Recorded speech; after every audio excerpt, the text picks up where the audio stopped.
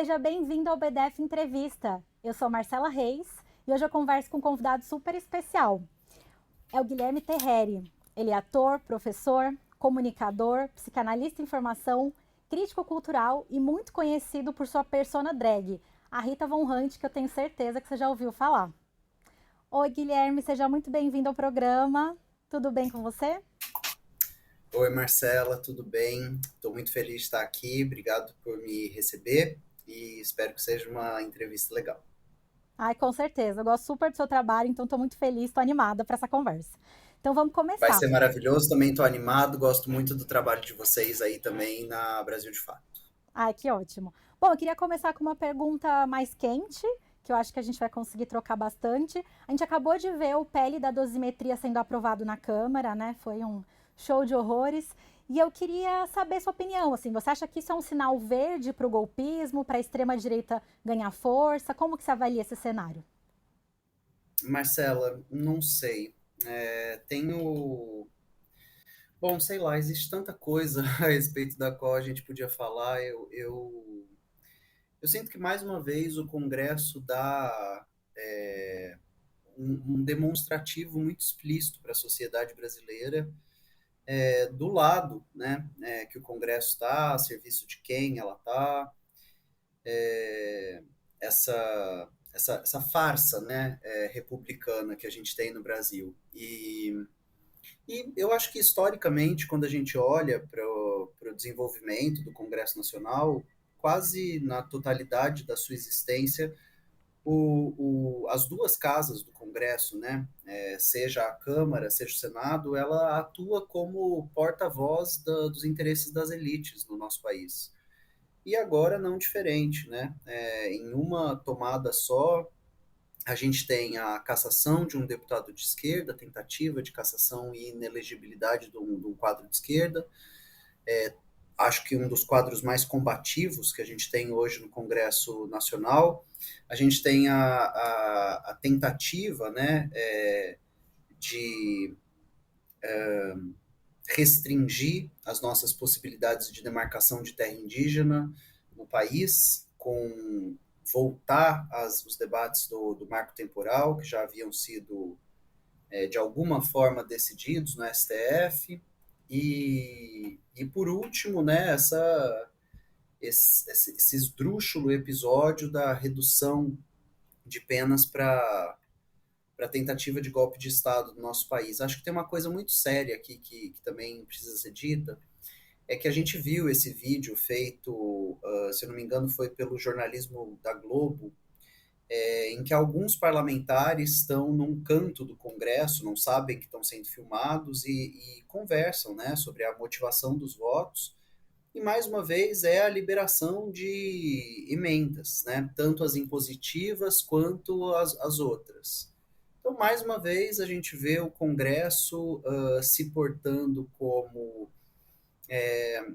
uma instituição que age em interesse próprio, que faz o que for possível e impossível, que não tem nenhum tipo de regulamentação moral e que agora, né, vai às vias de fato, fazendo utilização de força bruta, para agilizar o pagamento das suas emendas. Né? Do caso contrário, as pautas bomba aparecem, as votações contrárias aos interesses do povo aparecem, e se a gente não desenvolver no Brasil de forma urgente, né, um mecanismo de convocar novas eleições ou reestabelecer a possibilidade de uma democracia, né, que não seja essa farsa representativa, eu acho que a gente vai se ver refém desses setores que têm ganhado tração popular nas próximas eleições também. Eu estou bastante pessimista. Assim, se alguém precisasse me perguntar,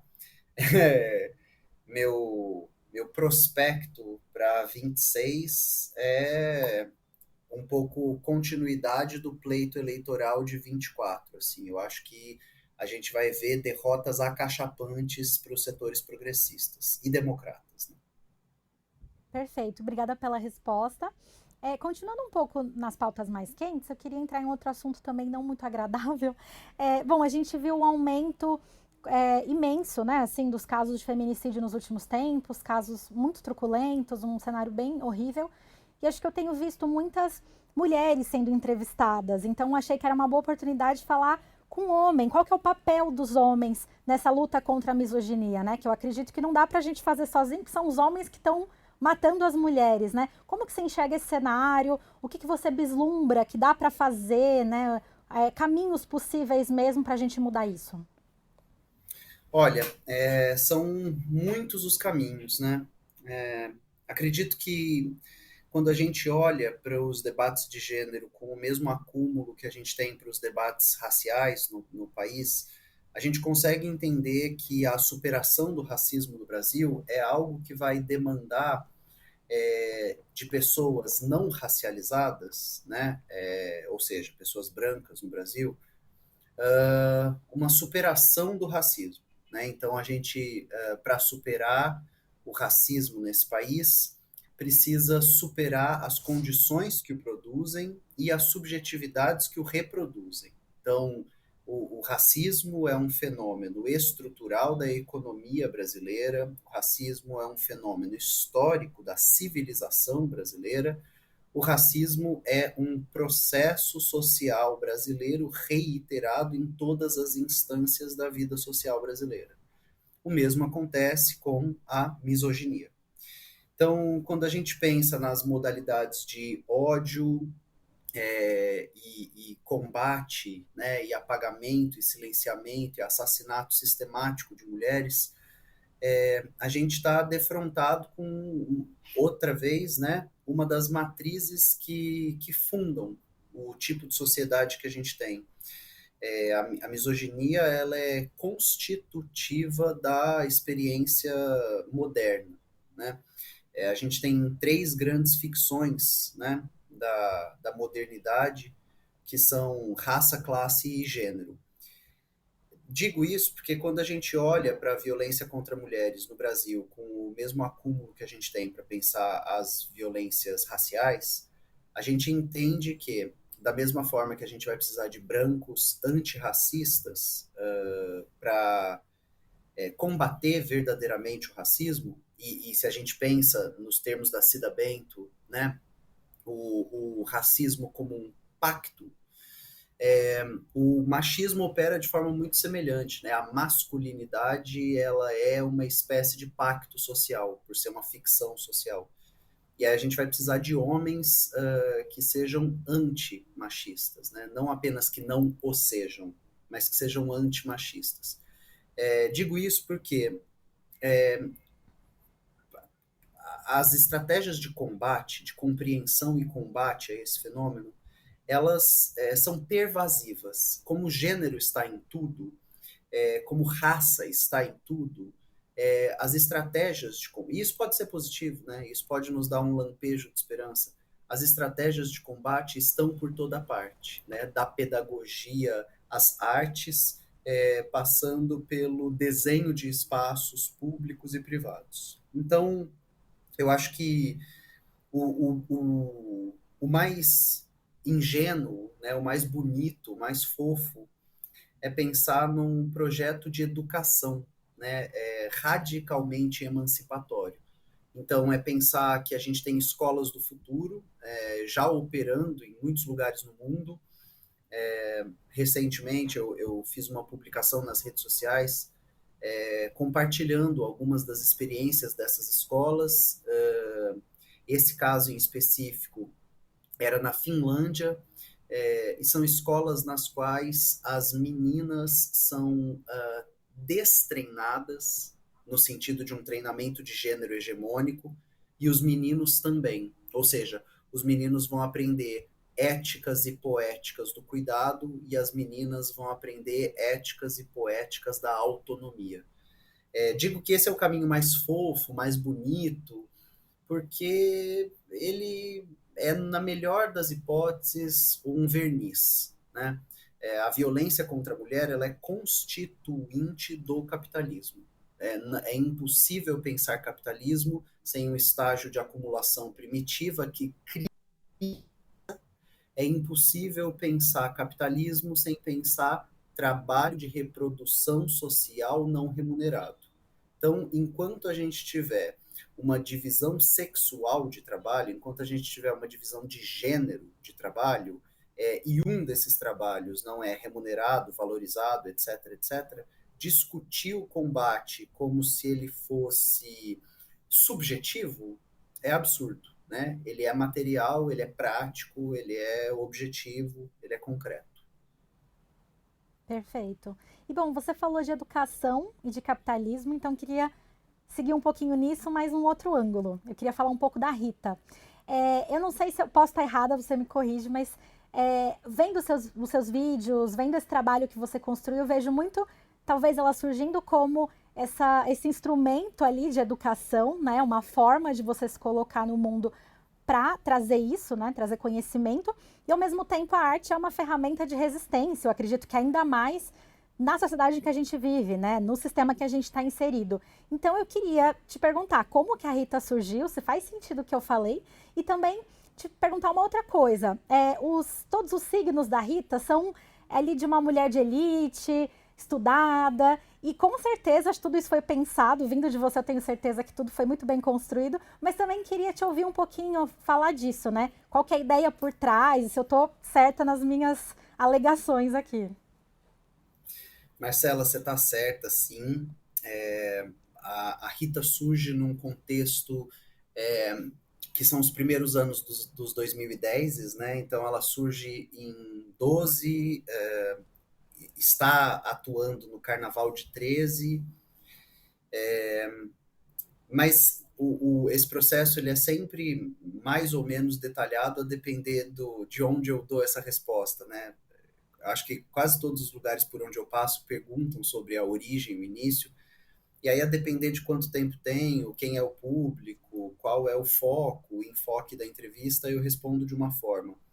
Mas basicamente, assim, talvez da forma mais abreviada possível, a Rita ela é um fazer artístico, né, no sentido de que existe pintura, existe escultura, existe dança e existe drag, né, é uma forma artística e ao desenvolver essa forma artística, ao começar uma jornada nela, eu entendo que posso levá-la para um lugar, né? No caso, unir a ela o meu fazer como professor. Então, a Rita, que começa, né, como uma experiência dentro das artes da cena, como uma experiência dentro das artes que compõem o fazer drag, ela rapidamente, nos primeiros anos, assim, vai se coadunando com o meu fazer de professor, né? O meu fazer de educador popular e etc. Então, a Rita se transforma muito rapidamente no veículo por meio do qual eu me comunico com as pessoas. E assim tem sido pelos últimos 12, 13 anos. Agora, sobre as características, né, as características da caracterização, tem uma coisa,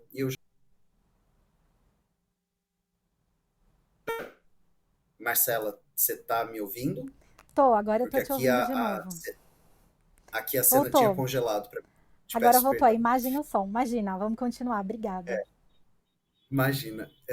Então, existem essas características de composição da Rita que estão ancoradas numa ideia principal da arte drag, é que é uma arte construída a partir de uma contradição formal. Então, o que, que é uma contradição formal?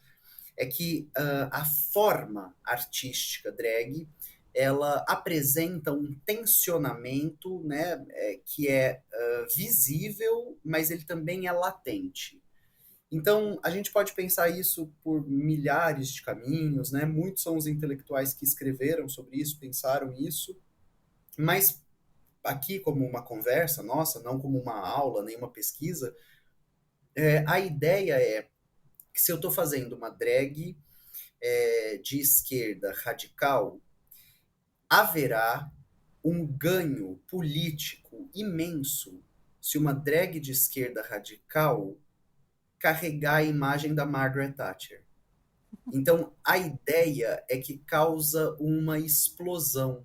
É, o tensionamento dessas duas vertentes, então, uma ética e uma estética, ou uma roupagem e um conteúdo, uma forma e um conteúdo, essa tensão é interessante para o público, né? O público se interessa por esse tensionamento, ela produz um atrativo cênico. E isso está na composição formal da drag, né? Normalmente, drag, e quando a gente pega o fazer histórico, é um fazer mambembe, mas que produz uma ilusão de luxo. É um fazer desviante de gênero que faz troça sobre os padrões de gênero, né? As performances mais hilárias de drag kings, né? Ou seja, pessoas que se caracterizam como figuras masculinas, é quando Elvis Presley é desleixado, barrigudo, tá com o nariz sujo de pó branco, seja lá o que for esse pó branco, quando ele erra os passos de dança. Então, dentro do fazer drag, como é uma modalidade artística que joga com as nossas concepções e regras, e tabus, e prescrições, e expectativas do que é gênero, quanto mais forte ou gritante for a contradição, mais interesse gera em quem assiste, né? Então é um jogo de espelhos deformados, assim como uma atração de um parque de diversões. Muito legal, eu gostei de saber. Já tinha ouvido você falar um pouquinho dela, mas foi interessante entender como tudo isso foi pensado e tudo faz sentido. E para a gente continuar um pouquinho nesse papo sobre drag, eu vi um vídeo seu super interessante em que você fala que todos somos drag, mas alguns têm essa noção, outros não. Mas que a gente. Eu sou jornalista, então a partir do momento que eu chego aqui no Brasil de fato, eu performo essa pessoa, né? Que não é quem eu sou, né? É uma performance que eu tô fazendo aqui com você também te entrevistando. E eu queria saber se para você essa performance está diretamente ligada com o capitalismo, sabe? Se essa necessidade da gente performar o tempo todo tem a ver com o sistema ou você acha que não é sobre isso? Olha, de novo, assim, o mais honesto que eu posso te responder é perguntar quanto tempo temos. Porque esse ano eu ofereci um curso sobre um antigo binômio, né, das ciências humanas, que é o indivíduo e a sociedade.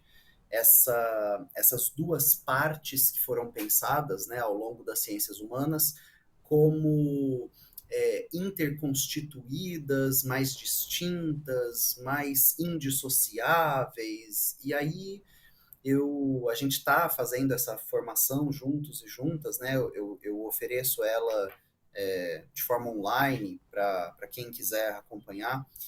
E ao longo dessa trajetória, ao longo desse percurso, eu tentei ir tensionando as nossas compreensões sobre coisas. Quando você me elabora a pergunta e eu digo, olha, quanto tempo temos? É porque as identidades, elas emergem do processo social. A gente só consegue começar a falar de indivíduo com esse sentido ao qual atribuímos a partir da modernidade. Tem um texto muito bom do Raymond Williams, que é esse crítico cultural que eu falo dele à torto e à direita, mas é um livro dele do início dos anos 70 chamado A Longa Revolução, em que o Williams analisa os fenômenos de longuíssima duração, né? Em francês são os fenômenos de longue durée. E esses fenômenos de longuíssima duração, eles não podem ser analisados como quadros estáticos, mas como processos de transformação que vão produzindo e reproduzindo coisas. Quando, em um dos capítulos desse livro, chamado Indivíduos e Sociedades, o Williams elabora uma emergência do termo indivíduo, ele faz uma localização na literatura europeia, que os primeiros usos de indivíduo, eles são medievos, e eles datam de uma problemática que havia na teologia. Os primeiros usos de indivíduo, eles dizem respeito a uma tentativa ocidental de pensar e explicar esse Deus, que é um e é três. Então, a Santíssima Trindade, né? Então, a pomba, o bebê e o ar. Essas três figuras que para os ocidentais, para os cristãos, são a sua divindade suprema, essas três figuras, elas são apenas uma. Então, a primeira tentativa de dizer do indivíduo ainda não é identidade. A primeira tentativa de dizer do indivíduo é que a pomba não existe sem o bebê não existe sem o ar não existe sem a pomba. Então, o Pai, o Filho e o Espírito Santo são um e são três. Essa é a primeira noção de indivíduo. A pomba não se separa, o bebê não separa, o ar não separa. E aí, esse problema teológico, à medida que a gente passa pela reforma protestante, pelo início do sistema capitalista, ele se transforma num problema social. Então, a gente começa a poder dizer indivíduos à medida que os regimes de servidão vão sendo superados e o regime capitalista vai sendo inserido, à medida que o cercamento das terras comunais se conclui, à medida que você tem agora seres humanos descolados da terra, seres humanos descolados do regime de servidão e seres humanos descolados da posição social. Então aqui a gente está no início da modernidade. No início da modernidade, o que era possível dizer de um indivíduo era camponês, era artesão, clérigo, cavaleiro, nobre. Isso era o indivíduo. O indivíduo era uma posição social. À medida que a gente vai organizando grupamentos sociais, tecidos sociais, nos quais existe mobilidade social, começa a surgir uma coisa chamada identidade. Então, as pessoas começam a ter atribuições, nome, sobrenome, profissão, ocupação, origem, idade, coisas que iam ficando mais ou menos soltas, né, no espaço e no tempo. Te respondo isso porque quando você me pergunta se as identidades são uma emergência do sistema capitalista, a resposta é sim e não. Deixa eu tentar chegar mais longe. Não, porque prévio ao sistema capitalista, você tem a tragédia grega. E na tragédia grega, a gente escuta a trajetória das personagens, que são sempre aristocratas, que são sempre família real, príncipes. O povo é representado na tragédia grega por um coro. Fora do coro existem personas, né? Existem máscaras que dizem respeito ao Édipo, à Jocasta, e assim vamos. Esses corpos, eles têm identidades, eles têm nome, eles têm ocupação, mas eles dizem respeito a um pequeníssimo extrato social. Pequeníssimo extrato social. Que é a nobreza, né, os governantes de um povo e aqueles que com eles se relacionam. Então a gente consegue lastrear algum tipo de identidade prévia ao sistema capitalista, não nos termos que entendemos, porque estes termos eles são novas roupagens de um processo histórico material que produz o sujeito como um indivíduo integrante de uma sociedade. Isso é moderno, né? Então, portanto, essa seria a parte sim da resposta para a identidade está ligada ao capitalismo. A parte não é que povos originários colocam nomes em bebês, né? A parte não é que quando a gente conta a história do antigo Kemet, né, do Egito Antigo, a gente tem nomes de faraós, e nomes das suas esposas e de outras governantes e de sacerdotes ou sacerdotisas específicas de templos específicos. Então, identidade como signo distintivo de uma pessoa, talvez seja uma tecnologia que a gente tenha muita dificuldade de rastrear os primeiros usos. Agora, identidade como cristão, médico, professor, homem, hétero, branco, são atribuições modernas. Perfeito, obrigada pela resposta e pelo esclarecimento. Você falou a gente conversou sobre identidade agora. Eu queria falar um pouquinho sobre o queer marxismo. Acho que tem um pouco a ver também, né? Confesso que a primeira vez que eu ouvi esse termo foi com você. Eu nunca tinha ouvido, fui pesquisar um pouco mais, e aí até fez mais sentido de ver que a Judith Butler acho que está inserida nisso, né? Eu já tinha lido um pouquinho de coisa dela, enfim. E eu queria, se você me puder explicar, para quem não sabe, como eu não sabia um pouquinho o que é, e também queria te perguntar se você acha que é o que pode oferecer possibilidades mais frutíferas para a gente dentro desse cenário que a gente enfrenta, não só no Brasil, mas acho que no mundo. E, enfim, como que você consegue beber disso para enxergar cenários mais possíveis, que acho que a gente precisa disso também, né? Bom, vamos lá, Marcela. A pergunta, mais uma vez, ela é maravilhosa. Ela, para ser respondida, pode ser em mais ou menos tempo, né?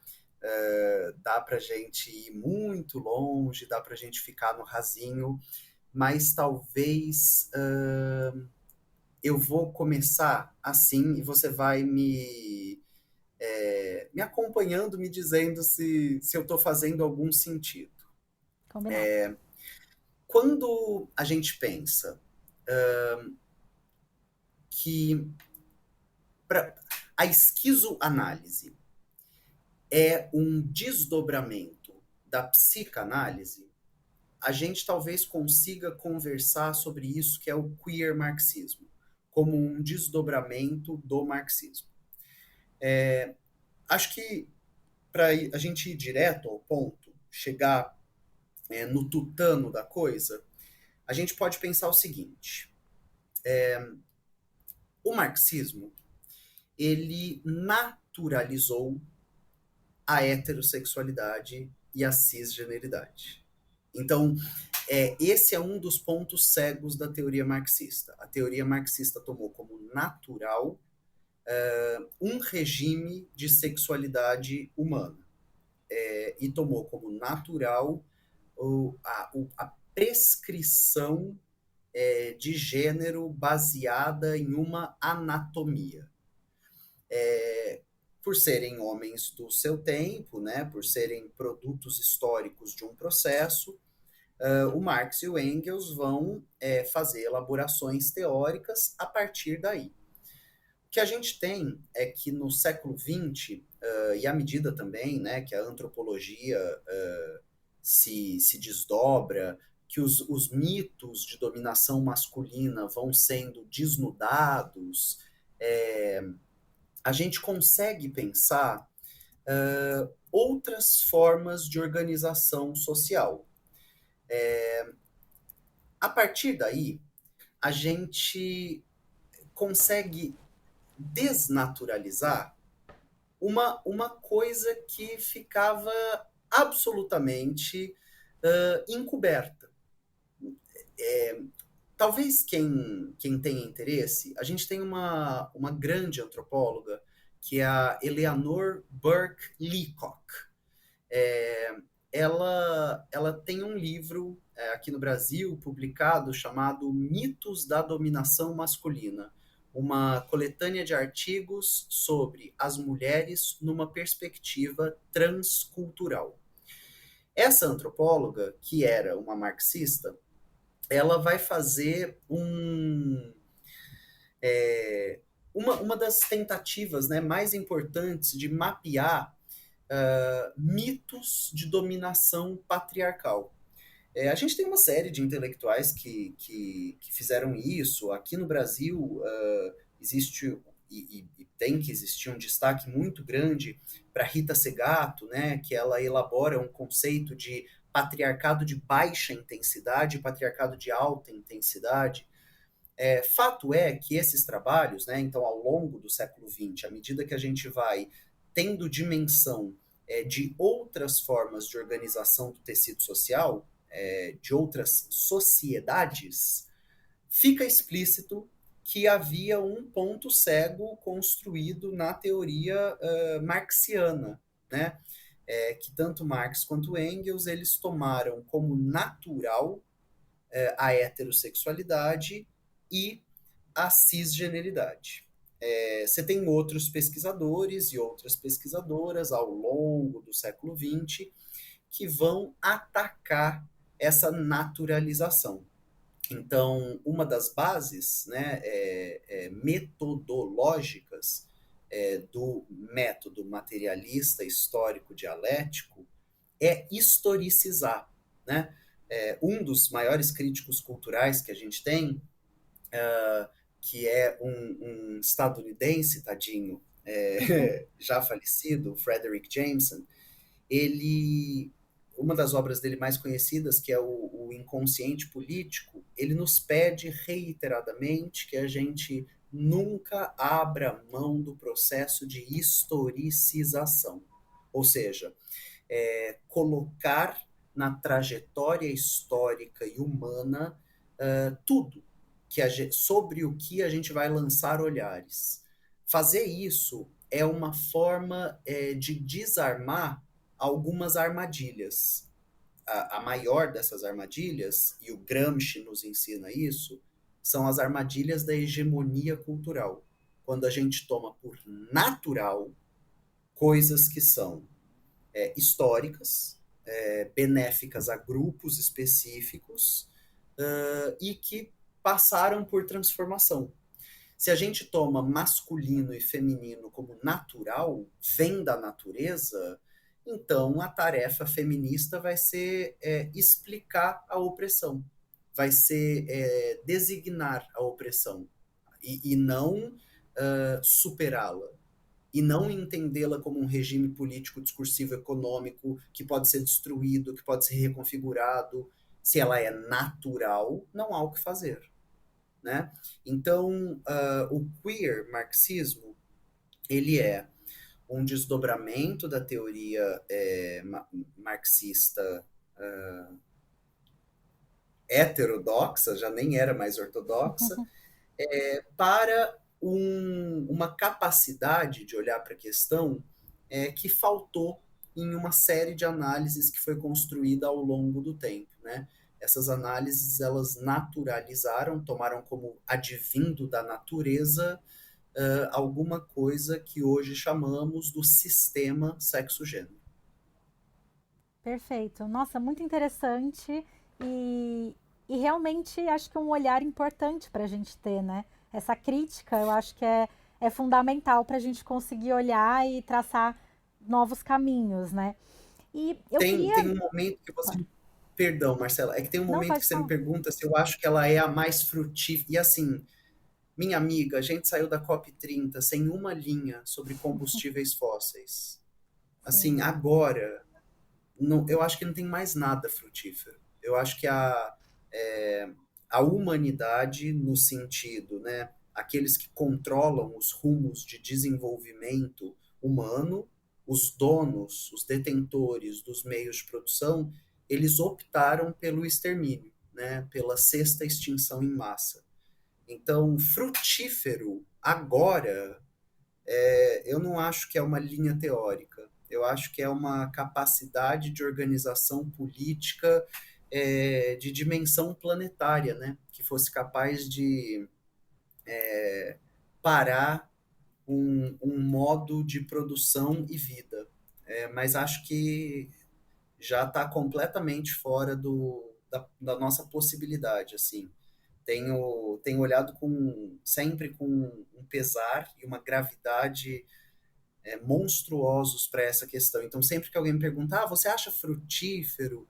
A minha vontade de falar não, eu acho glacial, assim, não, acho Uhum. que não frutífero agora, né, a, indo para segundo terço do século XXI, acho difícil, né? A gente já consumiu um quarto do século, 25 anos se passaram e a gente não conseguiu praticamente avanço nenhum nessa questão, que é a questão mais premente do nosso tempo. Sim, não, concordo plenamente com você, faz muito sentido. E, bom, te fazer a última pergunta, adoraria ficar aqui para a gente bater muito mais papo, tá ótimo. Mas acho que casa um pouco com o que você disse. É, bom, eu vi o seu vídeo sobre o hiato e achei ele muito enriquecedor também, acho que me fez pensar pra caramba. E eu estava ouvindo uma entrevista da Rita com o Cristiano Dunker em 2024, onde você já falava que esse ano poderia ser um ano de realmente esse ato, desse afastamento. E bom, essa profecia se concretizou esses tempos. E eu queria saber como tem sido esse tempo, esse espaço que você tem, né, tido, se permitido, e se tem alguma coisa que você pode contar pra gente, de planos, de ideias para 2026. Eu queria falar com você sobre a psicanálise também, não vai dar tempo, mas eu sei que é algo que está aí no seu horizonte, então eu queria te escutar mesmo sobre isso para a gente encerrar. Marcela, eu tô vivendo uma espécie de luto, né? Então eu tô elaborando ele, para usar termos psicanalíticos, assim. Agora eu tô numa fase de conceber se ele é um luto terminável ou se ele é um luto interminável. Acho que, de novo, né?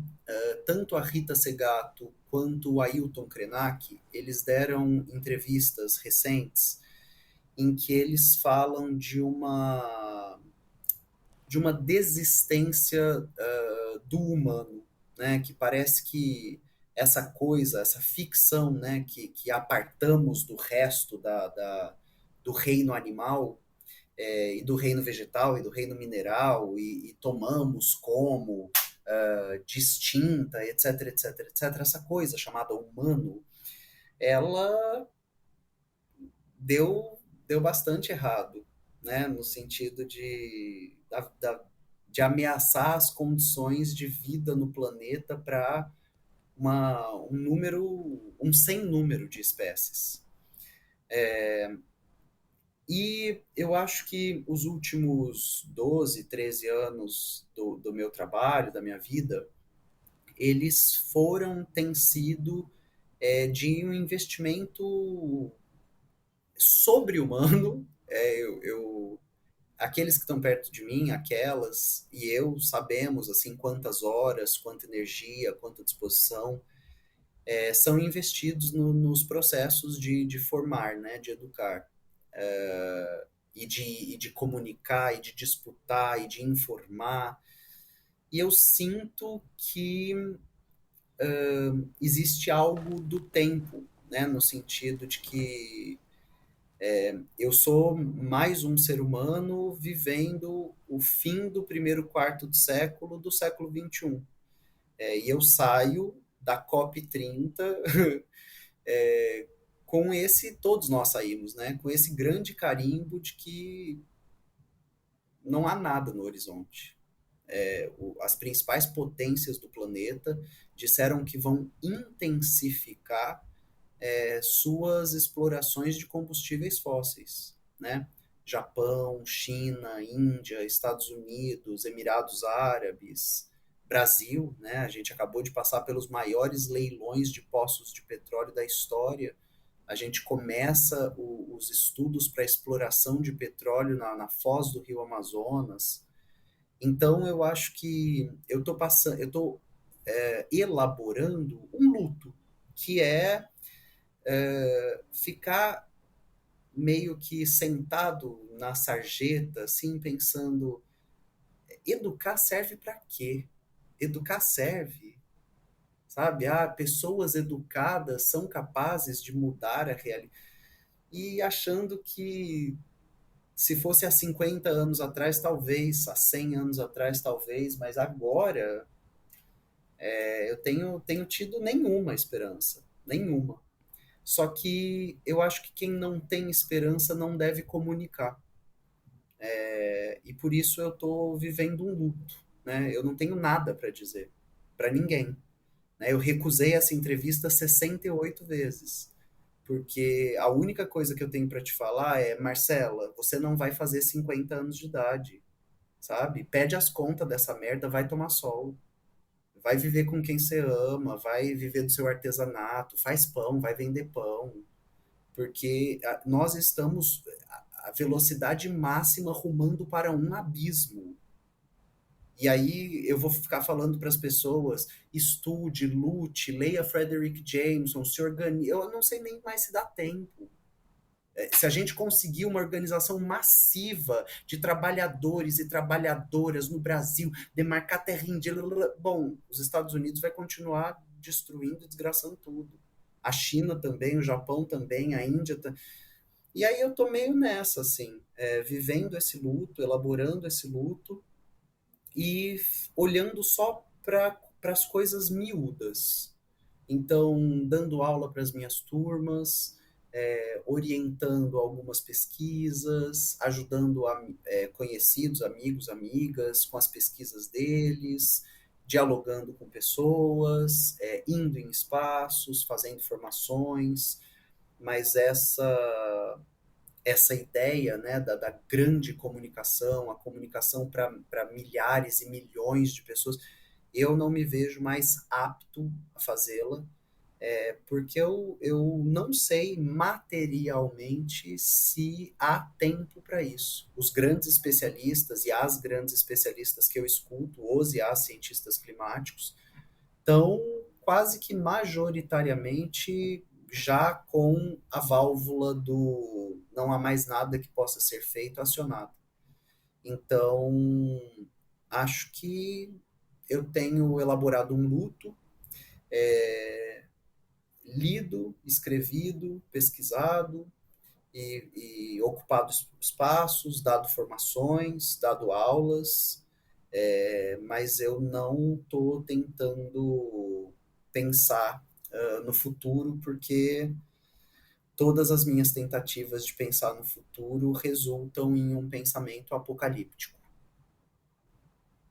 Sim, entendo. E obrigada por dividir isso com a gente. Acho que é importante também. Sei que é difícil, mas obrigada.